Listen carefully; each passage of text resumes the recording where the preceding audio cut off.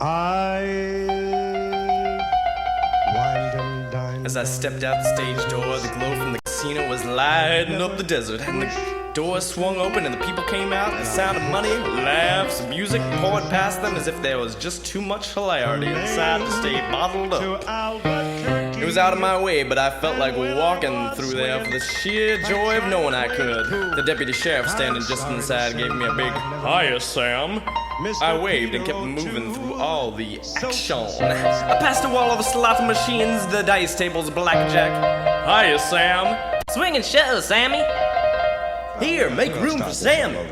"No, like, man, thanks, not tonight, man. Can you dig? I got to run into LA. I'll catch you, like, tomorrow, man."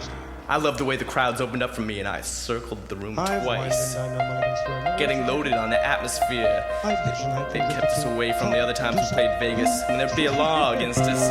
Would have been, "Sorry, but you're not allowed in this casino, you understand?" While the other acts had laughs and gambled, we went back to the colored side of town and we understood. But now we didn't have to understand. The joy of it swept through me every time I walked through that door. Two of the chorus chicks were standing at the roulette table, waved, and made room for me between them. I had no desire to gamble, but people were gathering around to watch my action. I dropped 5 $100 bills on the table. Like, man, can you put it on the red dot, man? Like the one that's red, please, alright?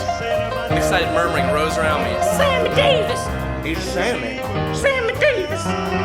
The chicks were grinning, digging my big-time move, man. The dealer spun the wheel. I shook my fist at him. "Man, if you yell black at me, there's going to be a race riot, man. Can you dig that?" He got a laugh. I lit a cigarette and I took the first drag, and the ball clicked into the red 6. The dealer matched my money with a huge stack of old chips and pushed it all back to me. I split my winnings, slid one pile of each to the girls, playing it Cary Grant on the French Riviera style. With a little bow and said, "Thank you for bringing me good luck, ladies." I turned around and rode away on their gasps.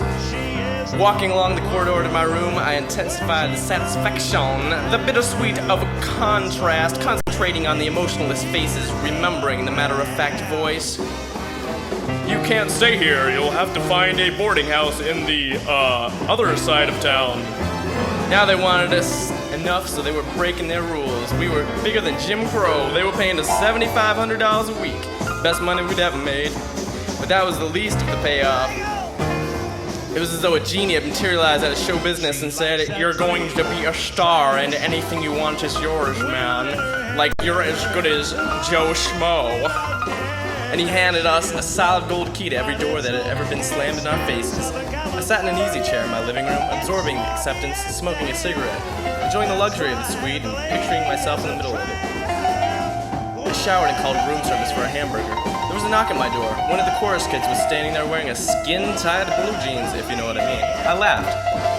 "They've got crazy room service here, man." She laughed too. She didn't understand the joke, but she laughed anyway. That was the part of it, man. When you're making it, you get laughs with a "Good morning, chickie baby." Charlie was waiting in the car in the front of the hotel. "Baby man, like, you can drive the first half of the drive there while I'll catch a few hours of sleep, man." I climbed in the back seat, got comfortable, and the car rolled down the strip toward the highway. I saw the big neon sign flashing my name across the desert. I could smell the brand new leather as I rested my face against it and kissed that expensive seat with all the love I had for everything it represented. I was glad to take over the driving. Nobody's invented the booze that will give you the kick like the first few times you drive your first Cadillac convertible. I pulled onto the highway and let the car swallow up the road.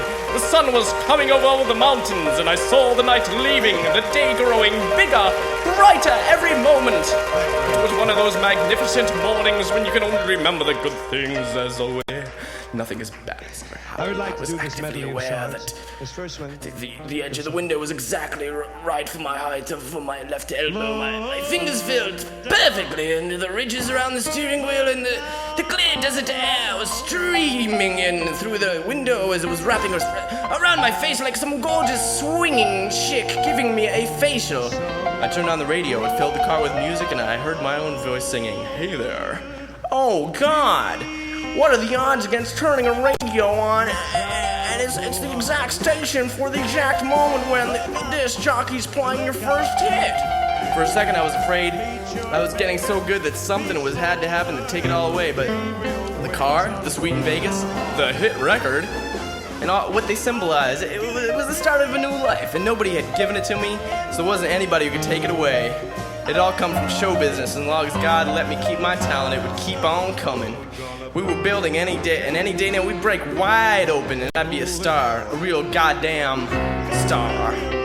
And nobody could ever again tell me, "Here, this is your corner of the world, stay there." And that would be it, man. That would be goddamn it. We were on a double-lane highway, the two cars going each way. A green car passed me, the first I'd seen in 10 minutes. At another time, I might have raced it, but I didn't need that jazz anymore. I was on my way to record my first movie soundtrack. It wasn't really being in pictures, but it was closer than I'd ever gotten before. I visualized myself driving through the Universal Studios in my own Cadillac convertible. The guard was tipping his hat.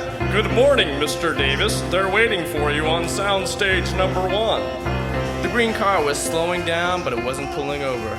To the right, they had to stop for a flat or something. They were pulling over to the left. I knew there were women in it because I noticed their hats. Oops. Stay away from them, man. I moved into the right lane as fast as I could, but as I started moving into it, not all the way. She was straddling the two lanes. Now what the hell is she trying to do? Oh, she's trying to make a U-turn on the parkway? Or is she? Why else would she be slowing down? She must have missed her turn off. Well, go on, baby. If you're gonna do it, then do it. I got all the way over to the right and gave her the room she needed, but she didn't move. She stayed in the middle. A little to the left, a little to the right. Now it looked like she wanted to stop. Make up your mind, lady. She cut a sharp to the left, hooking and making a wide U-turn, then stopped, stretch out across both lanes like a roadblock. I had no choice but to use the oncoming lane to swing around her. I started to make my move, but suddenly several cars were coming toward me. I was boxed in. I hit my brakes. Only a second ago she had seemed a mile away. I was jamming on the brakes with all my strength and pulling back on the wheel as though hoping I could pull the car to the side with my two hands. I knew I was going to hit her.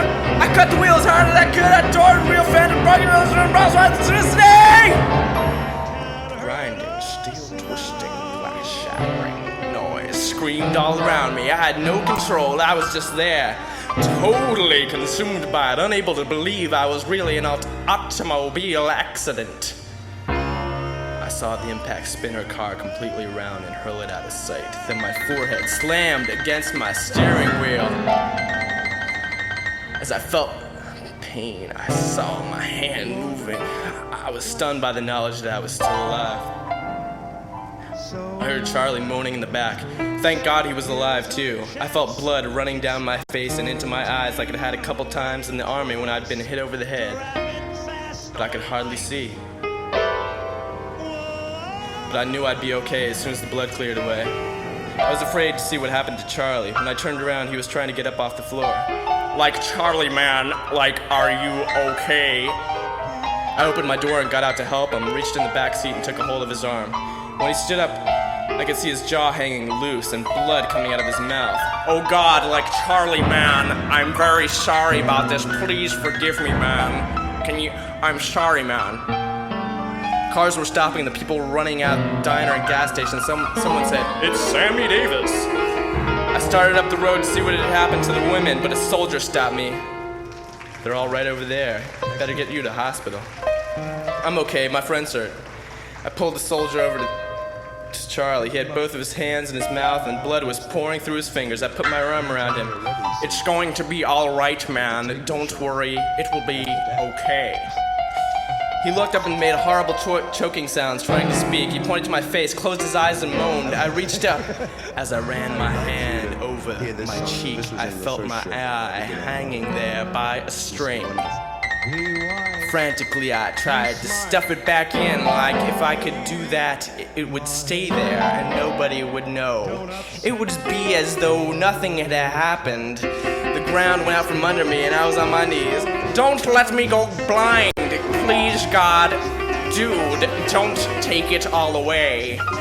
People were picking me up and carrying me and putting me somewhere, but I couldn't see. I couldn't move. I was half awake, half asleep, hanging somewhere between the past and the future. But there was no future anymore. All the beautiful things, all the plans, the laughs, they were lying out there, smashed just like a car. The doors were going to close again. The people who had been nice when I was somebody would turn away from me. None of them were going to say, "Hiya, Sam," anymore. I heard a siren. There was movement under me. I knew I was in an ambulance. Can it really happen this way? 26 years of working and taking it and reaching. Was that all for nothing? Could you finally get it and blow it so fast? Was that little touch all there was for me for my whole life? Am I never going to be a star? They're going to hate me again.